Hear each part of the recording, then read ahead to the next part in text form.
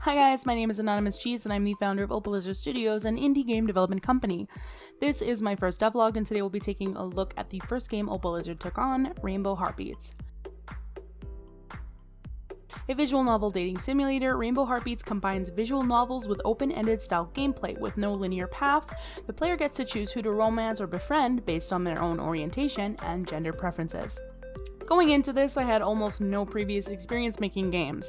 I'd worked with Frictional Games' HP Lovecraftian engine to make custom stories with the Amnesia games and then later Soma, and I knew the ins and outs of the C++ programming language, HTML, and CSS, but I had no idea what I was doing otherwise. I had never used a visual novel engine like RenP, and I had never opened Unreal Engine or Unity. I was in for a steep learning curve compared to my experience with the HPL2 and HPL3 engines and the new programming language I was going to need to learn. The initial idea came to me in late 2019 when a good friend of mine mentioned that they wished there were more LGBTQ+ inclusive games on the market. A lot of visual novel or dating sim style games focus solely on the player being either male or female and have predetermined the love interests in the game to be attracted to you regardless of that choice, making these games either suitable for heterosexual players or gay or lesbian players. I knew that visual novels were not exactly the most difficult kind of game to program, and so I decided right there and then that I was going to make that game that my friend wished that they could play, and this game was henceforth known as Doki Doki Rainbow. I decided pretty early on that I didn't want to pigeonhole myself or my players into just choosing a route with their favorite character. I wanted to give them choices and then make sure that there were consequences for those choices. So the basic premise of the game was then decided. You play as a corporate therapist employed by an international graphic design company. And you're lonely. You realize you don't have many friends and have been having nightmares because your crippling loneliness has finally reached a head with you mentally.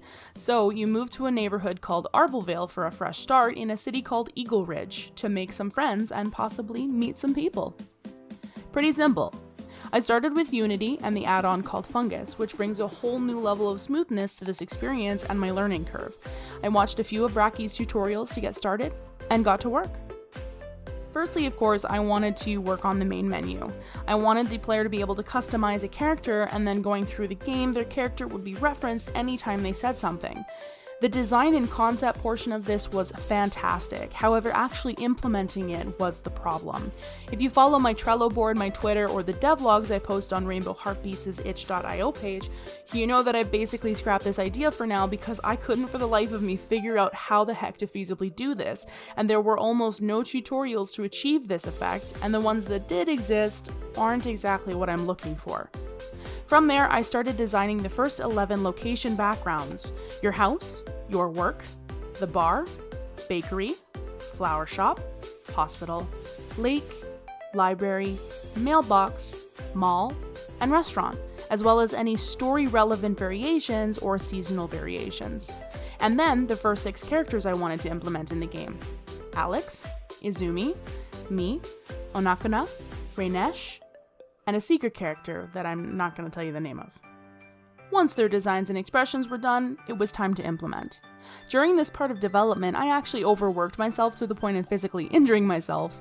My wrist, my neck, and my back hurt so much just from me sitting hunched over my tablet constantly drawing, had me suffering from migraines and wrist pain almost 24/7. I also had to do a character redesign because the canvas size at which I originally drew my character sprites was too small to upscale and still retain quality. I pushed through that until it was all done, and then I took a break for a week or two until the migraines and wrist pain went away. I also needed to create basic user interface images for the menus and any dialogue options or dialogue menus that the player is given, as well as configure their layout in Fungus. I also decided having everything in a single scene in Unity would be fine, because the actual amount of work that Unity would have to do to manage the assets was very minimal, all things considered. And if you don't know what that means, how scenes work in Unity is that basically each scene is a level. So when you want to load the next level in your game, basically you're loading the quote-unquote next scene. Once I figured out placement of where the characters would be versus their relevant locations, it was time to look at functionality. There needed to be something that managed the season, day, and year, so I looked at this first. Each time the player pressed the sleep button, there needed to be a gradual fade out, and then the script needed to handle text changes that would display the month, the day, and the year that that player was on. It also needed to reset some things, but we'll get to that later. There also needed to be a work function which would tie into another concept I'm planning for the game, which is money management. The player needed to be prevented from working multiple times a day so that they couldn't abuse the money system I was later planning on implementing. At this point in time, I came back to the main menu to implement my character slides.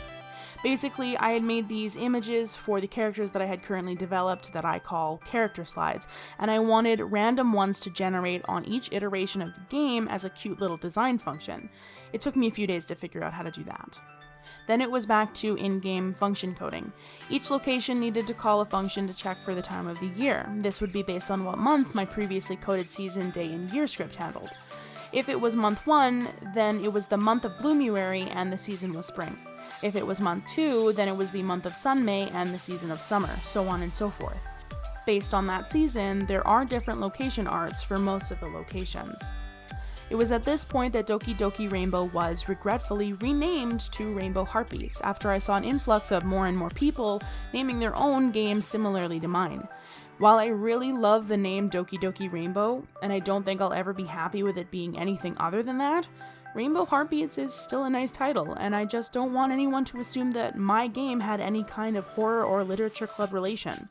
I also just didn't want my game to be clumped together with the now dozens of other indie titles that were named similarly. Next, I implemented the friend and romance bar function. Whenever you interact with a character positively, you earn points with them. This can be seen visually on the friend or romance bar above that character's head during your interaction with them. Initially, I gave the player the choice to chat, give a gift, flirt, be rude to, date, and dump a character. Obviously, chatting, giving a gift, or flirting with a character gives you friendship or romance points, whereas asking them to date you uses no points, being rude to a character removes friendship or romance points, and then dumping a character resets the romance and friendship points back to 0, because who's a happy camper after they're broken up with?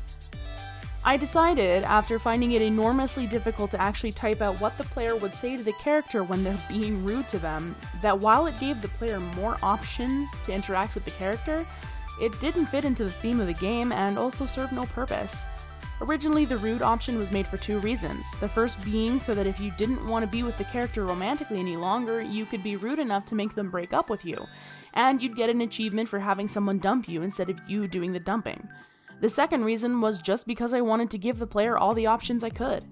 With a function already in place where dumping the character already gives you the option to get out of the relationship with them, it just seemed pointless for the rude button to exist outside of the players being repeatedly rude to the characters for no other reason than the button just allows them to do so. So the rude button was thrown away. And I also renamed the dump button to the breakup button because it doesn't sound as harsh. Once the functionality of earning friendship and romance points was finished, it was time to actually implement the character text dialogue. This included 30 different sentences or topics per character that the character could tell you about, 10 different flirt options, which I may increase to 30 later on, 2 different options for gift giving depending on if you were in a relationship with them or not, and 2 different options for saying goodbye depending, again, whether or not you were in a relationship with them. From there, I had to include the vocal dialogue as each character would make a sound when you talked to them. And then it was time for music. For the menu theme, I found an adorable song called Yummy Flavor by Umbertone. It was a royalty-free song that I added a little twist to, but eventually I did decide to go with an original song to avoid having to use too many things that were Creative Commons or quote-unquote royalty-free. For each location, I wanted a unique but simplistic background song.